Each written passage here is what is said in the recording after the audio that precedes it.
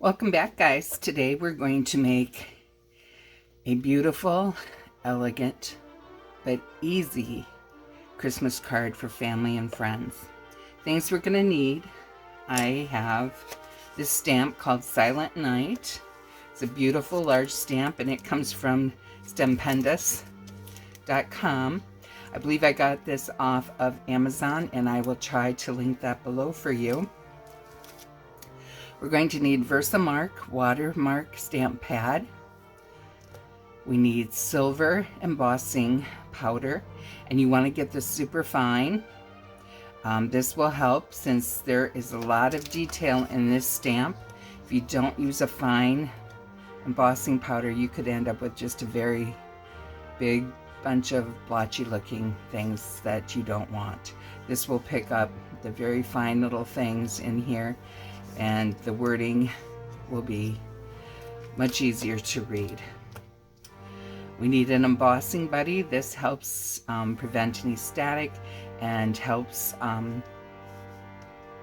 so that extra embossing powder does not sit on your paper for you. We're going to need an adhesive, either art glitter glue or the crafter's tape from AdTech. I will be using the art glitter glue today. And then we need some, I'm doing this on a black card. This is a pre-made black card that you can get from your craft store. This is the black cardstock that we're going to stamp onto. And this is 5 3/4 by 4 1/4. That's a little bit smaller than usual. I wanted to show a little more of this black border, black and silver border. And then silver glitter paper. You can use solid silver glitter. I wanted to bring some of the blacks out, so I grabbed this, and this is 6 1/4 by 4 3/4, so it will make the 1/8 of an inch border with our card. This will be a little bit more than an 1/8 of an inch all the way around. Looks like about a 1/4 of an inch, so that I can bring out more of that silver. And then our card is 5 by 6 1/2. That's the half size of it. So that is for the card. Need a bone folder, of course, to fold our card. A pencil for marking. A ruler for measuring. And a cutting board for cutting your paper. I am using Jim Holtz's Tonic Studio. This is his stamp pad thing. They do not have these anymore. Misty, I think, is who went after him and said that this is too much like theirs, and went after him about copyrights and such, and so they do not make this anymore. I was lucky to get it when it was still available on Amazon, but you might be able to find it from somebody who has some left over, but chances are it's been too long. Then you need an embossing heat tool. This is from Marvy, and I got this off Amazon also a couple years ago, so I'm not sure if that's still available. So let's get started here. First, we're going to take our paper, and we want it to be in here straight. We want our stamp to be able to get down to the paper. I also like to use this. You can use a block if you want, but I also like to use this because sometimes I don't get the stamp quite right, don't quite get enough of the ink on there.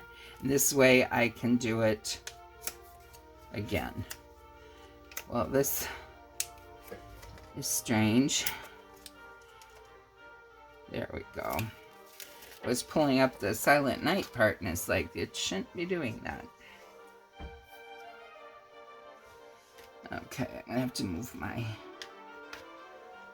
magnet there. I want to get this centered as best as possible on here before I start. Then we're gonna close this, see if it'll pick it up. It does, good. So we're gonna,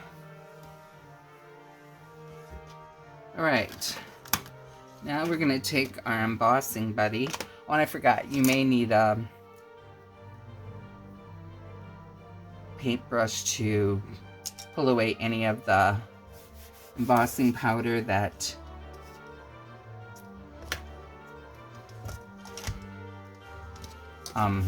sticks where you don't want it. Because even with the embossing buddy, sometimes you can have a problem with that.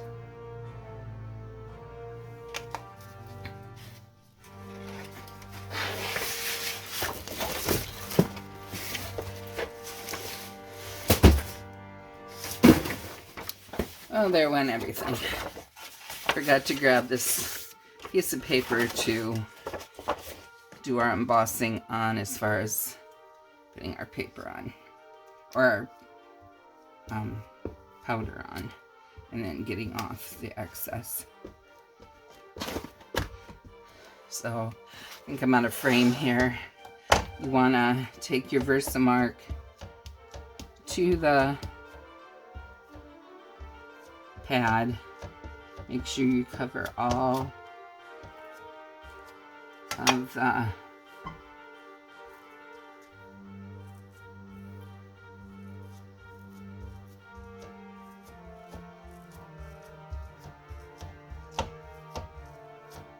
especially want to make sure that it gets on your words.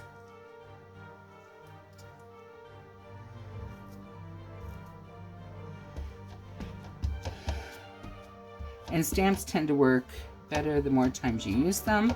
Only this is the first time I'm using this, so we'll see how it works. If it doesn't, it's an easy fix. We will cut a new black piece and do it again. Okay, so then you bring your stamp thing down, and you want to gently but firmly press down to make sure all that ink transfers over. And now we're going to see if that worked.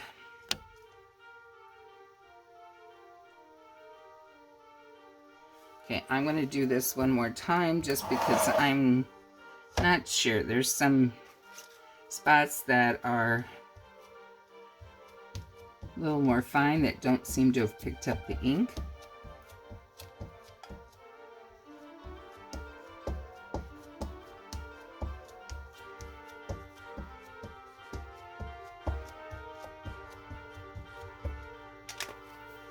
And that's why I use the stamp platform, because if I had to re-stamp without the stamp platform, that would not work. It would be an absolute mess.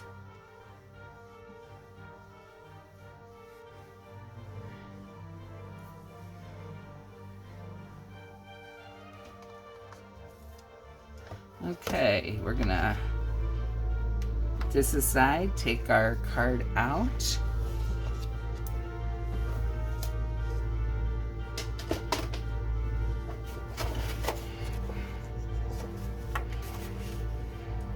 And you take your embossing powder and you shake it and just put it on there. And you want to put a good amount on. You want it to get every part of your card. You're not wasting, because this is all going to go back into your container here. That's why we put the paper under it, and I fold it so it's easier to get it to go back in the container. You want to gently tap it. And this is what it looks like when we get that all tapped off. It's looking good. So now we're going to put the powder away. Some people wait and do this, but I do it right away. I have like 10 thumbs, and I would have this embossing powder everywhere on my desk. It would be a huge mess. It would be kind of like trying to clean up sand. I don't want to do that.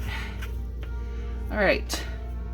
So now we got our embossing tool. We're going to let it heat up a minute, and this is kind of loud, so you might want to lower the volume on your computers. or Bones, whatever you're watching on. I'm going to let this heat up before we start embossing. Okay.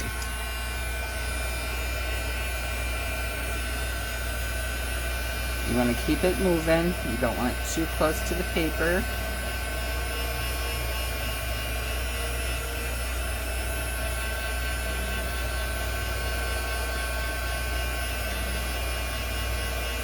And you will know that it is embossing. It's doing its thing when the silver starts getting really, really shiny and it's no longer dull gray. You don't want to over emboss. That's not good either. But you want all that powder turning from gray to silver.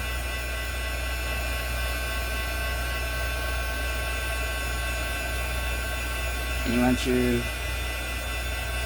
tool constantly moving so that you don't curl your paper too much. As embossing, the heat does tend to curl paper. Tends to be a problem that way. So you got to be extra careful and quick. And then that tool is hot, so make sure you put it somewhere where it will not burn anything or melt anything or hurt anything. All right, now, next step, you're going to layer it onto our foil paper. And actually, I think we'll layer it on our card first, because I think that will give us a little more stability. And we'll let that embossing cool a little bit.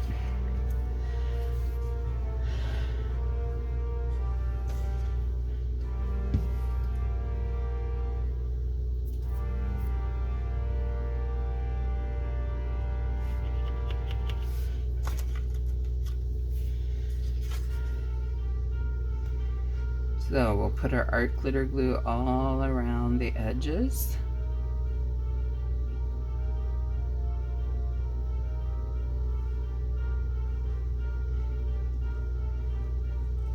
As I said, this is a very easy but elegant looking project. Your family will think that you are just multi-talented, and it really does not take you that long to do. It's a good project for just relaxing, enjoying. Usually when I craft, I turn on some music and I sit in my craft room. It's just me. Sometimes my granddaughter's down here crafting with me. She is a crafter. She'll come down even without me and craft, and she's only 6 or 7 years old. So yeah, she loves to craft, and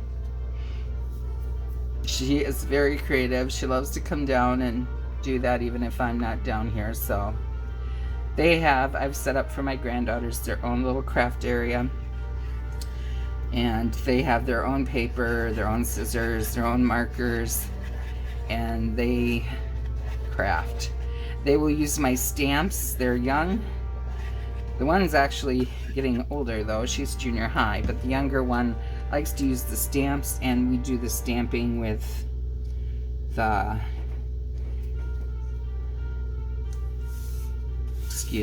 stamping with the markers, because they can do that without making a mess with a pad, stamp pad. It's like when they first started, that's not what I wanted them to have. And the Frugal Crafter has a really good video on how to do that. And I may do a video on that at some point in time. Let me know if you want me to show you her method for doing that. Okay, so there is our card. I'll fold it here.